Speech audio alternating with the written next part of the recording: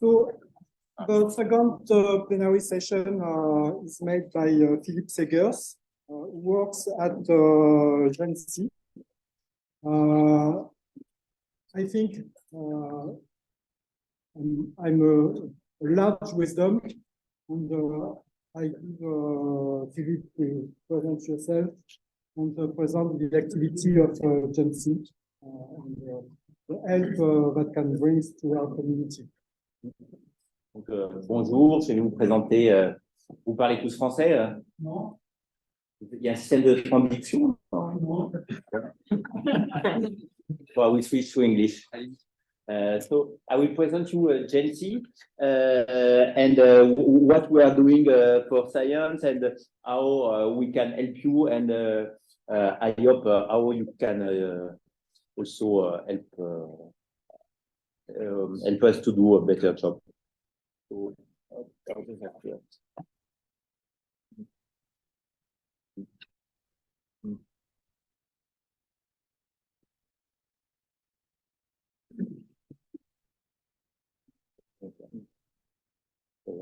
okay. So this is somehow the plan of my presentation. You will not see anything very new in this one. This is somehow the way we are doing science these days and for quite some time. So we have theory, and so that's what has been presented just before. And that's what you are doing, and that's your bread and butter.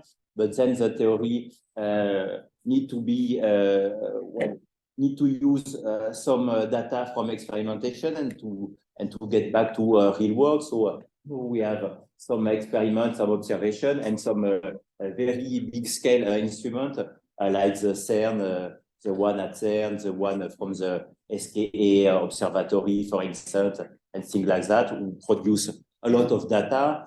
This data, now we use also a new tool, a new numerical tool, which is the artificial intelligence, which is very useful to crunch very large data set. And with this data and the theory, it helps to build a numerical simulation and to test this numerical simulation. And this numerical simulation, of course, could be also linked to data. For instance, like when we are doing data simulation for designing the initial state in a numerical weather simulation, for instance. And what we are doing at Genci is the little things on the small red circle. We are providing access to high performance computing. And to high performance computing, some of it dedicated to artificial intelligence, and I would say in the near future, and already started with quantum computing too. So I will focus on this part, on how to have access to our facilities and how we can serve you. So what is Genci? So this is a French organization, but I hope that it will still be interesting, of some interest for you, because at first, because you could access these facilities. If you have, for instance, some PI in France or other kind of partnership. We are also part of a wider organization, wider European organization. So you can access also to these facilities, to this European organization. And what I will tell you about how Genci works, I think it's somehow the same way most of the national HPC agency work in Europe. So I think you will find something useful for you. So Genci, our shareholder are the French Minister of Research, the French CNRS, the Organization of Research, CEA, the Nuclear Agency, France University, which incorporate all the university in France, and INRIA, so at 1% as our shareholder, but more than that in our heart. And what is Genci doing? Well, we provide access to high-performance computing, artificial intelligence, data storage, and now hybrid quantum computing. So we are doing that by doing the renewal of our supercomputers. We have 3 national computer centers plus regional centers, but I will not enter into that.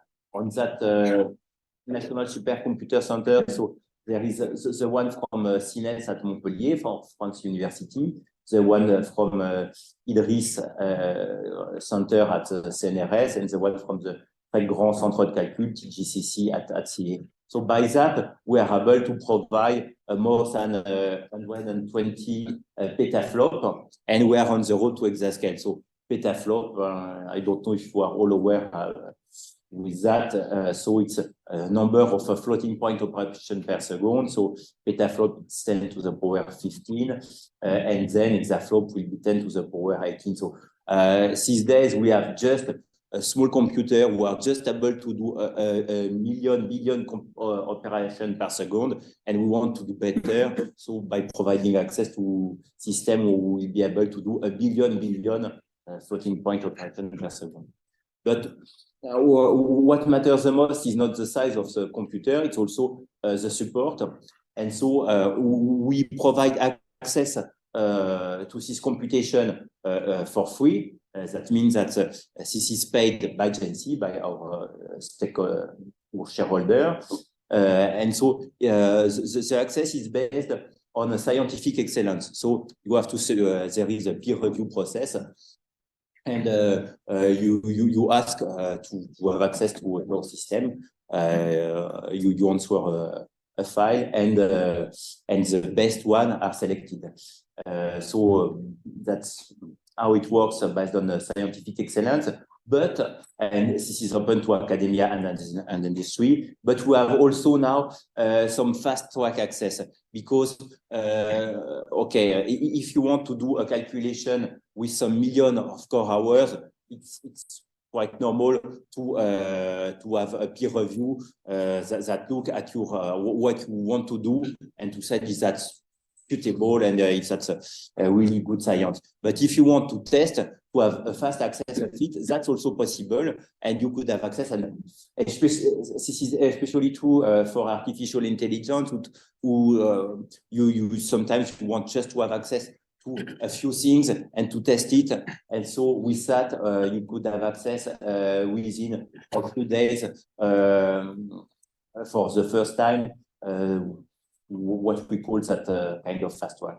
And in 2022, we were able to offer 2.4 billion core hours, and that makes access to 1,300 projects, including for almost half of them 600 projects on artificial intelligence, and for used on every other field of research.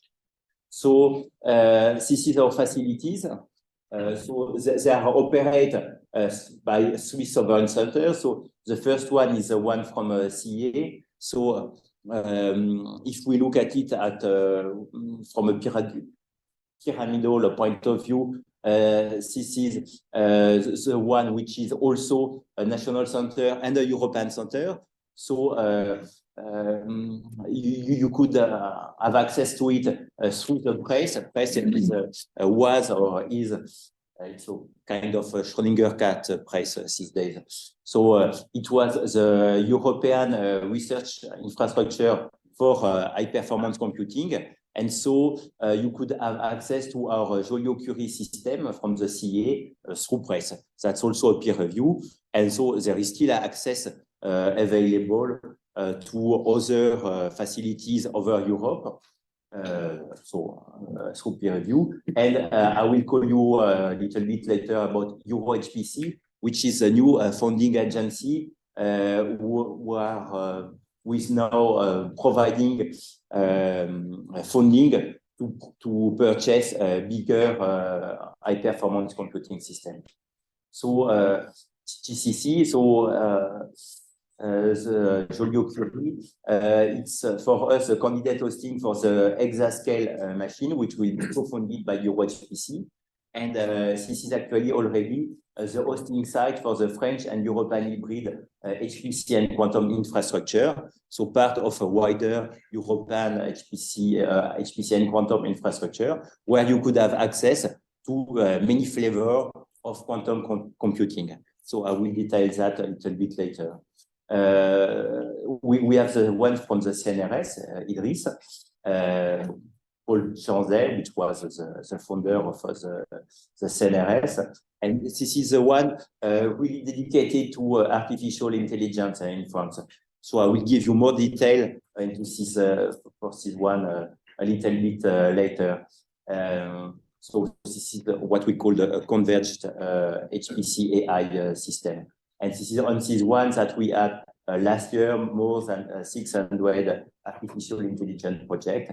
And last but not least, the bigger one, because we are doing the public procurement of this system spaced in time. So the oldest one now is Joliot-Curie, the one from the CA. Idriss is the one in the middle, and Sines is the new one. So the new one is the bigger, and then the oldest one will be the new bigger one in the future. So the one from CA will be exascale, and actually the one from France University at Montpellier, it's the biggest one. And we're quite proud of it because it climbed to the rank number 3 on the grid 500 list. That's a list of the most energy efficient high performance computing in the world. And it was the number 3, but it was the first on that green 500 who is really in operation. Because for the first and the second, that's just a prototype that does not work for real. So they are a little bit better on energy efficiency, but this one is number 3 and an operational one. And it was also the number 10 on the whole top 500 list. So to give you a little bit more detail about the Genci computer, so the one which is really dedicated to HPC and AI. So it is what we call a converged HPC AI. So it's a 36 petaflops, so which is quite good, already a big one. So it has more than 3,000 GPUs. I will not enter into the detail of it. But this is on this one that we have tested for the first time what we call the dynamic access for AI, the fast track access. So on this one, you can really have access to this system in a very plain and simple manner.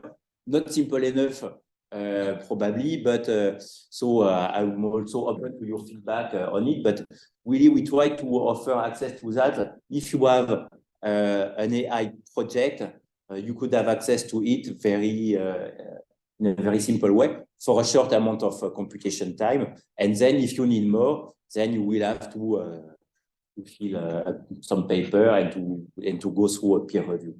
And here you can see, so it's part of French, what was the usage of it last year. So you see that for 65%, it was on image processing, so a big chunk on image processing, for 11% on sound, music, sound and voice processing, 36% on NLP, natural language processing, almost 10% on deep reinforcement learning, a big chunk also on health science, chemical and medical science. And I will provide you some example of it. So 15% on robotics and all the other, because there are many fields of science who are actually using artificial intelligence. But if there is something to remember on this slide, this is not the number, this is not the size of the computation, this is the support that is offered by the CNRS center who is operating Genci. We have 25 people dedicated to the support. 13 of them dedicated just to AI. So if you want to port your code, if you want to have access to it, if you want to have some help for debugging or to test the architecture, they are really here to help. And they are very good at what they are doing because as the center from the CNRS is really open to all fields of science, while they have already encountered all the problems that you can imagine. So this will be very, there is very little slight chance that you provide them a problem that they did not solve before, because with all the number of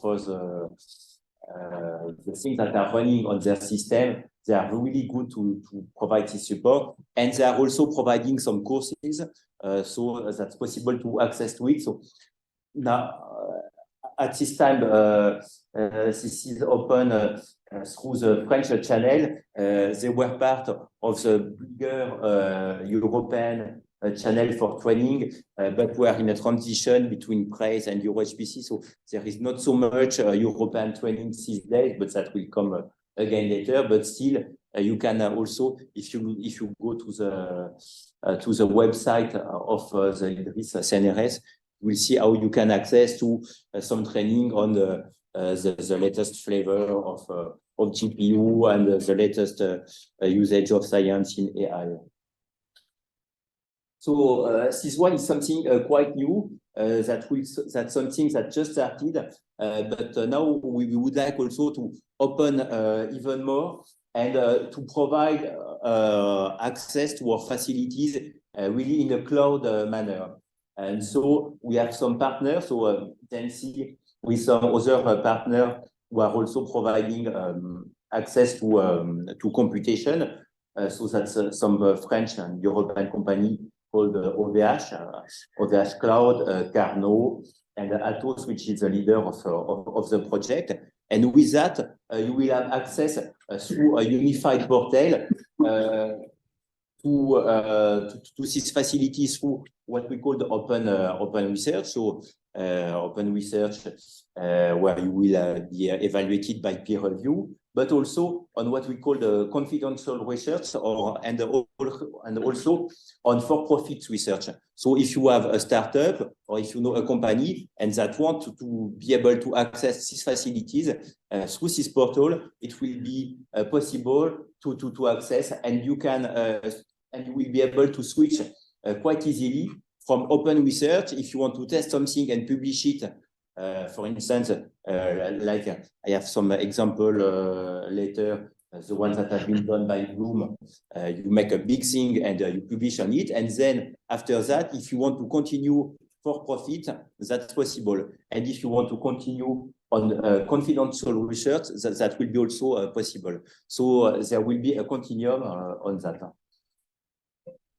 And one thing that we are doing, we're doing a lot of things within this project. We have the name of all our partners on the bottom of the slide.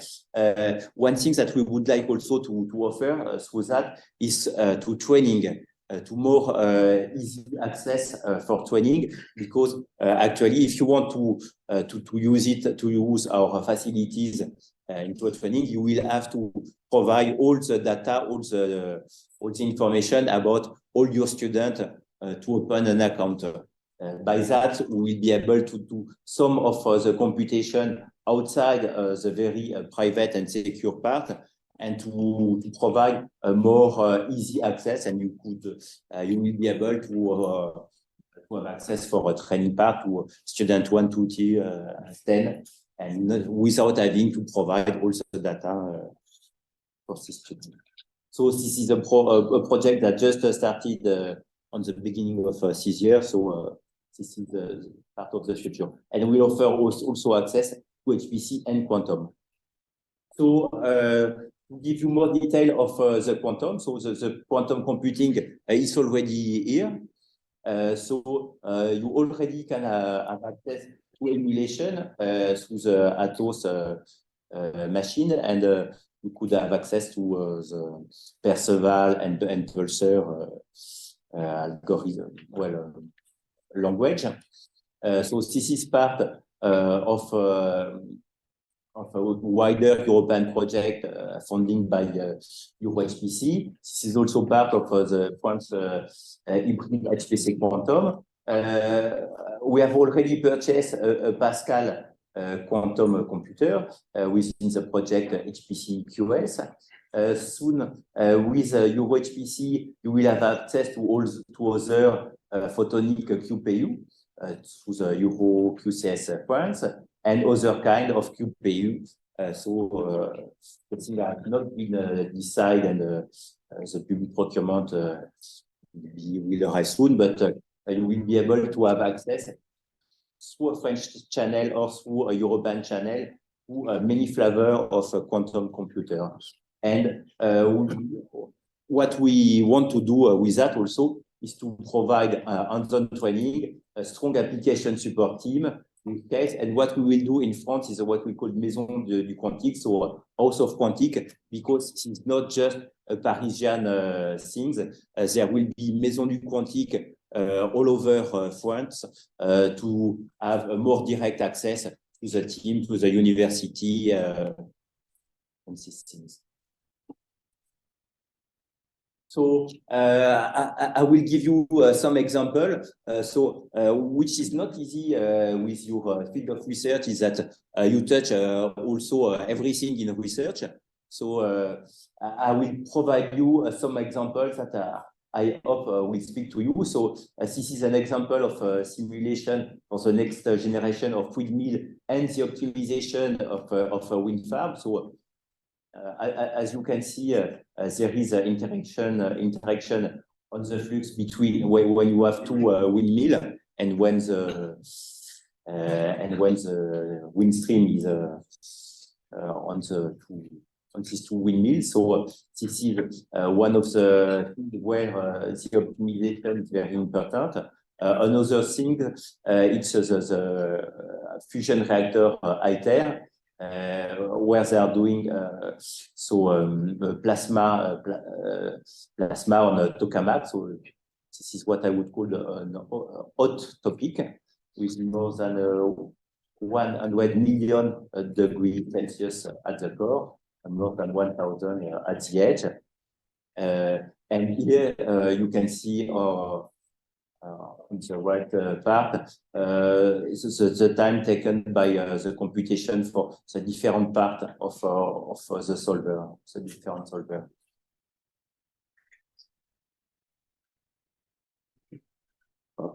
So this is another example of what we are doing.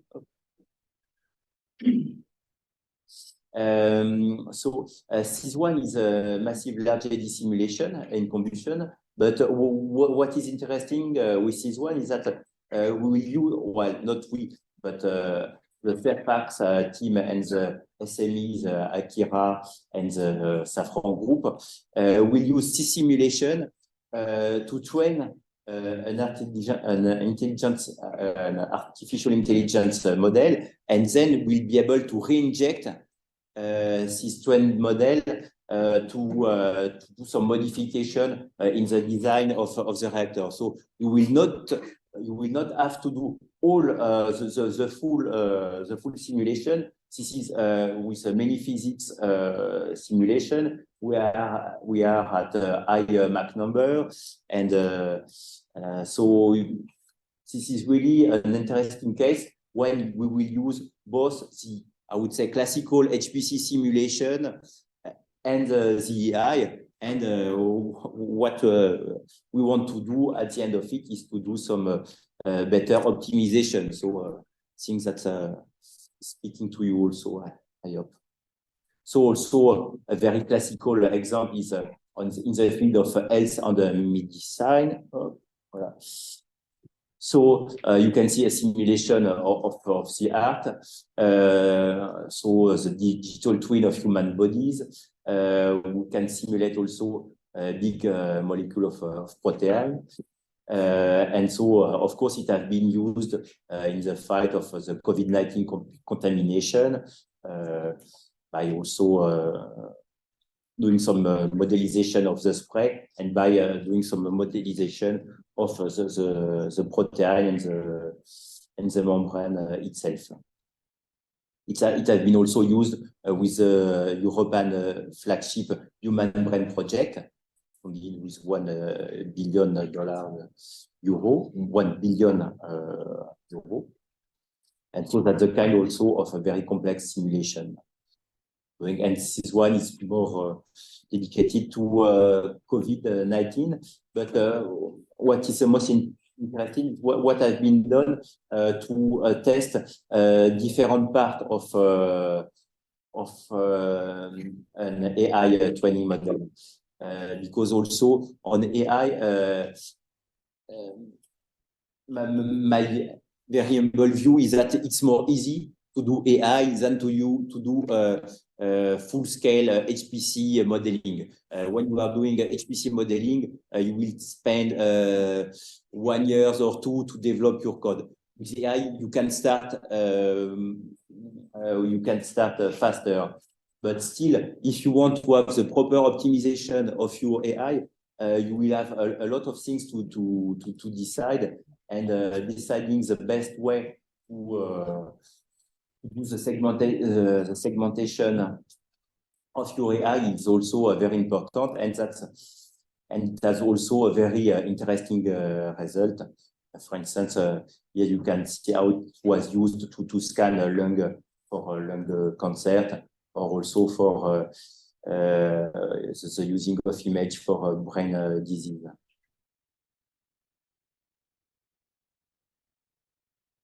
So as I told you before, on AI, you can do AI with on smaller project just to test, but there is also AI at a big scale. And so this is what we have done with the Bloom project. So the Bloom project was led by Hugging Face with a consortium that more than 1,000 partners. So it was a very big one, and it was at the time next year equivalent or best to GPT-3. And so this is a kind of big project where you need to go through the peer review process. Because to do the training of the model with so many parameters, it used not which one, but there was 1.5 terabyte of data, more than 3,000 billion tokens, 70 layers, and it was used to train with 46 language plus 13 programming language. And so this is these things have been done, provide to allow us to have a very large sovereign European model, and we'll need that also later. And this is an open model. So it's also very important if you want to be able to have an artificial intelligence explainable. This one is also very useful for that. And it's usable for research and commercial use via a rail license, classical one. So another typical example of the use of HPC in AI is through the AlphaFold. So I don't know if you are all familiar with AlphaFold. So that's some simulation of proteins that have been done and that have been reinjected in AI model. And so you don't have also to do the full ab initio computation of your molecule, but you just do a puzzle with this part, and it saves a lot of time, and it helps to predict 3D protein structure. And here you can see you have in green that's the experimental result, in blue that's the computation prediction, and they are very, very close. And so that's something that is very useful. It saves a lot of time, and we have done that part of it on also on Genci supercomputer, and it helps to do some very good science. So another example, which seems maybe a little bit more fun, but which is also very important because so it was an example on the bridge. So that's a game of card. We have done the same has been done with chess, poker, Go, Pac-Man, StarCraft. But which is interesting is in bridge, it's that it's a teamwork. So the AI train need to explain its strategy to other part of the AI. And so to do that, it needed to explain its strategy so to perform some explicable AI. And so this is why it's very important. So Bridge Channel was organized last year in Paris, it was in Montpellier. And so this is AI one, but the interesting part is that it has been done through explicable AI. Yeah.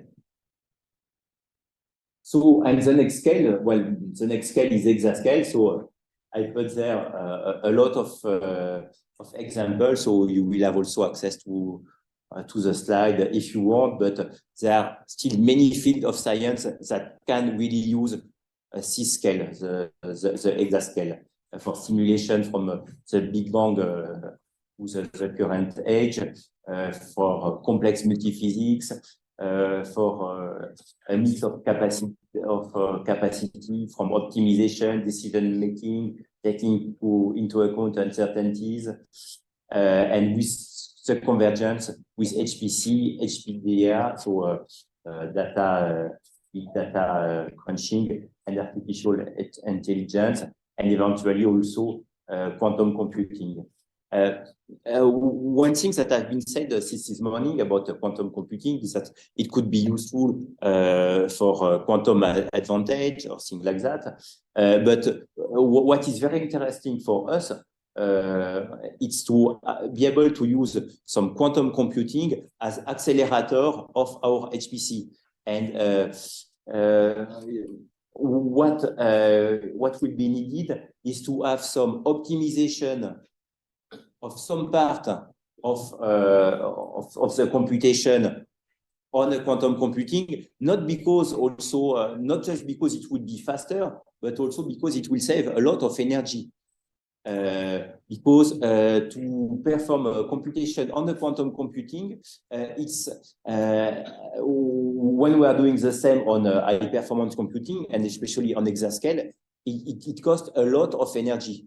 That's as I've shown you, our last one is on the top of what we can do on energy efficiency, but still, this is some megawatts of power for an HPC.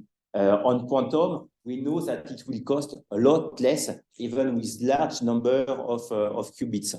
So this is another thing that we need to perform HPC and quantum, and to be able to put aside some optimization on the quantum part, because it will save a lot of energy towards that. Of course, this is not easy because data transfer from HPC and quantum is not easy, because things does not work exactly the same on quantum computing. We don't have quantum memory, etc., and so on. But this is one of the things that we really need, and this is why also we are working so much to bridge HPC and quantum. This is also a good news for quantum computing company, because there is a need for quantum by itself and for quantum supremacy, for quantum advantage, but there is also a big need for using this quantum in cooperation with HPC. And so for that, just to get back once again on the exascale, to get to systems with the exascale, we will need the development and the redevelopment of application. We'll need a lot of user support, and we need collaboration and co-design. And so this is also why it's so important for us to speak to our community, to your community, because at this exascale scale, we need to rethink a lot of things and rethink a lot of things related to optimization. So this one is also a very classical one, how to go from fundamental research to data science. Just to say that we have already issued a first exascale scientific case, so you will have access to that link, and so it will show you some example of the scientific exascale case.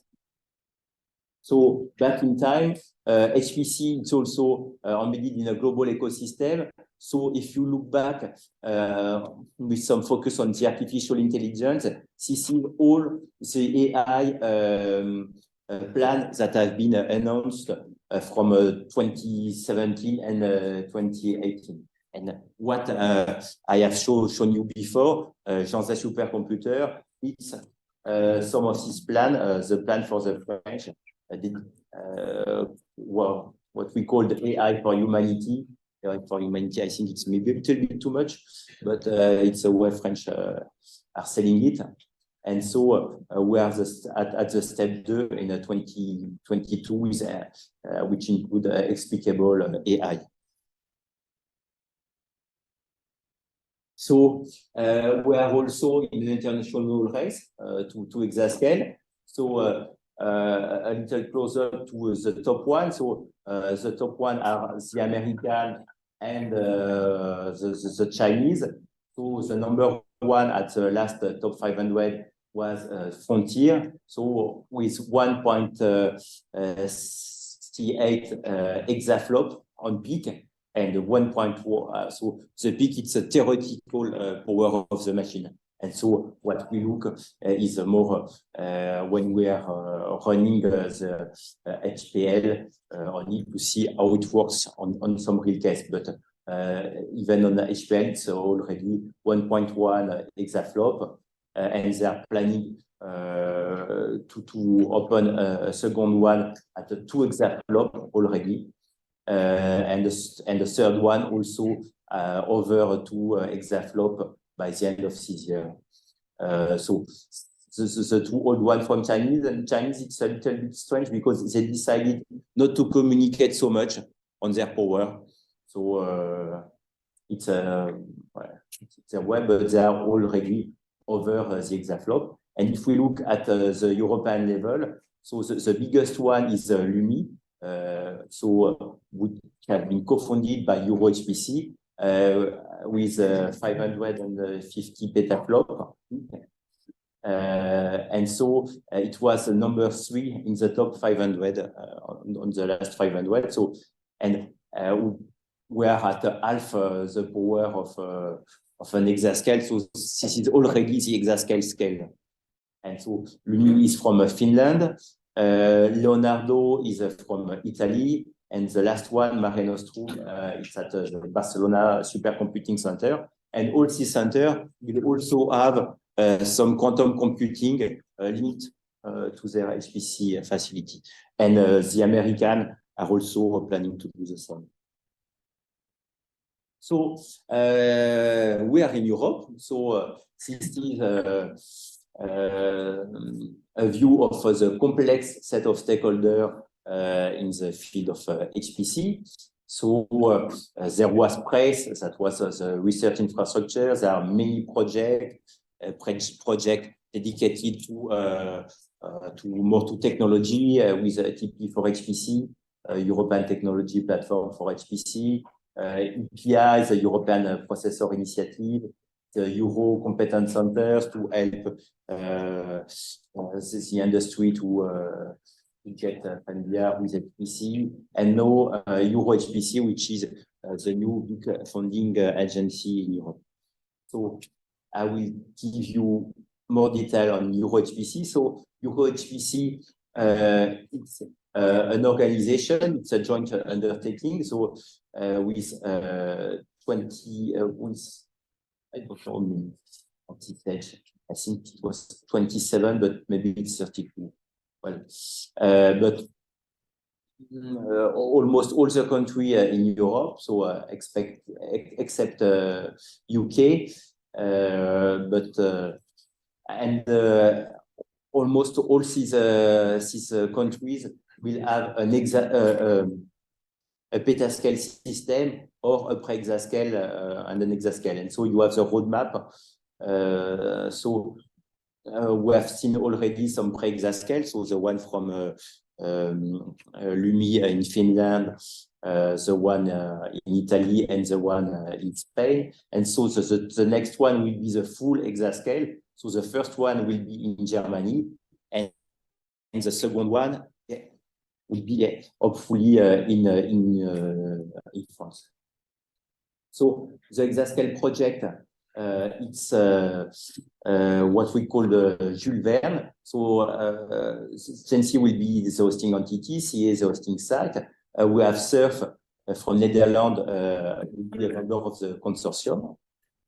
So this is the next one, the HPC. So we are doing HPC at exascale to still continue to address societal and scientific challenge. It will be an accelerator of European science and innovation. It will be open to all scientific and industrial collaboration. It will be also a converged HPC, HPDA, AI, and it will have some quantum accelerator also. It will be a system fully embedded inside the digital consortium with a secure end-to-end workflow if you want to be able to optimize some data from a large-scale instrument. And it will have also some European technology and skill with from European hardware and software. So,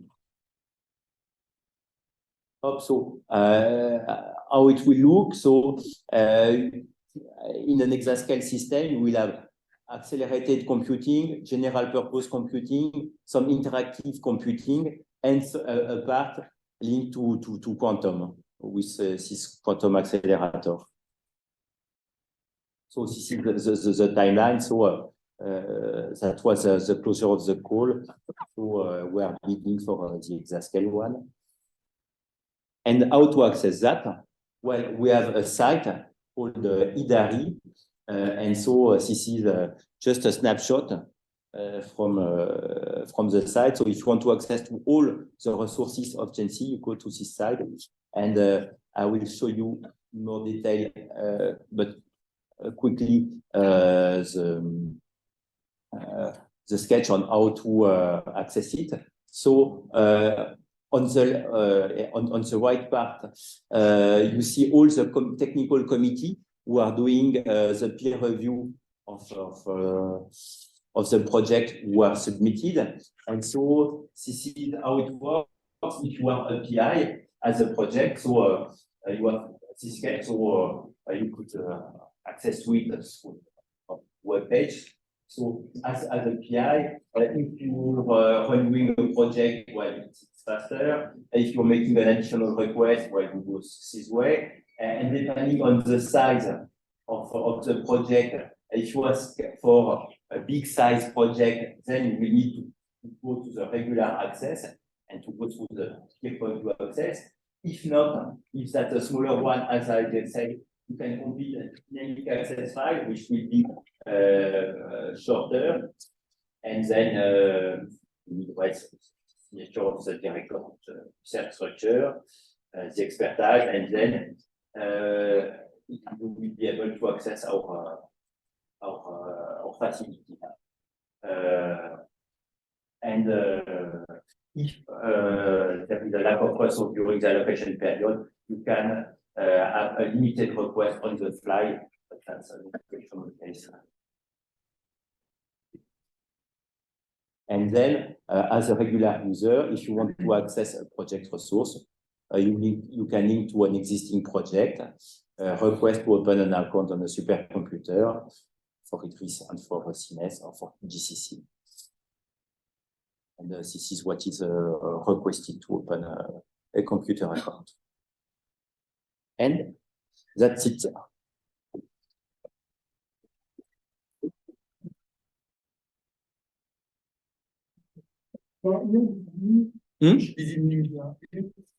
Yes, this evening I will be there. So if you have questions. Take time for one question. Without question, I would agree with you that the future of high-performance computing is hybrid, so that we combine quantum computing with classical high-performance computing. I'm not so sure about the energy efficiency. I think energy efficiency will mainly come from software-hardware co-design, that we develop the software according to the hardware or the hardware according to the software, because if this fits together very well, then you save energy more than just shifting things into quantum computing. There might be some applications that it helps.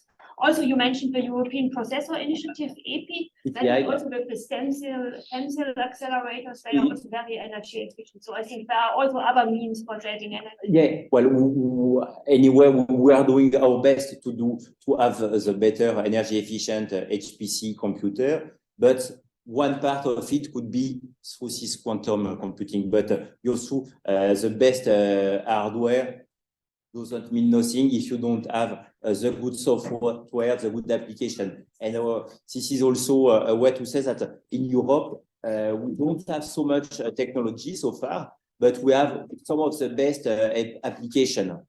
So this is something that really need to be continued. And on the application, well, have the most optimized application, it's really needed. Yes, just a question. You present us a process to create the account, but now most of researchers try to make some experiments on the computers now, and the question now is not to be in a big project that requires a lot of resources, but how to make some experiment, because when we make some quantum circuit now, we use the QLM simulator of Atos, for example, or the simulator of IBM, but we need to have an access of real computer, make some comparative study between the results we obtain from the simulator and the results we obtain from the quantum computer. And do you have a procedure to create basically an account and to have an access to the Pascal machine somewhere, or something very easy and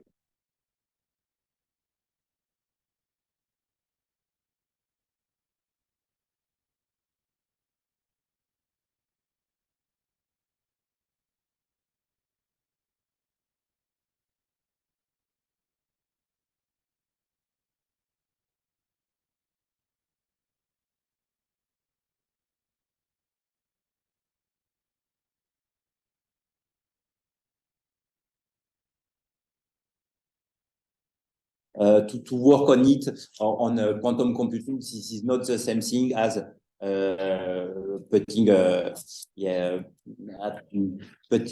making a project, a big project on HPC, a classical project. So here you need to trial and error and to have access to it, and we fully understand that, and we will try to make a very fast and easy access.